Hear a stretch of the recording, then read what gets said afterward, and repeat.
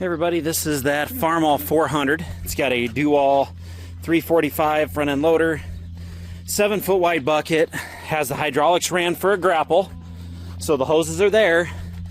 They've disconnected them up here though to run it back to a 3-point setup. So that's dual cylinder, runs off your third remote on the right hand side. Everything runs off the PTO pump, so good and strong hydraulics. They added an LED light for the rear, one on the front. The thing starts good, runs good.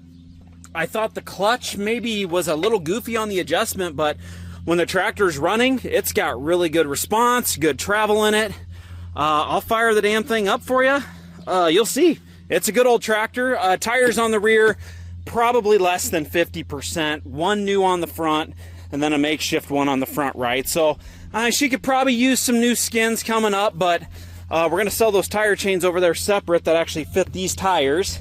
It's a 15.5-38, so we'll sell those tires chains separate, but we'll fire this thing up, show you everything working.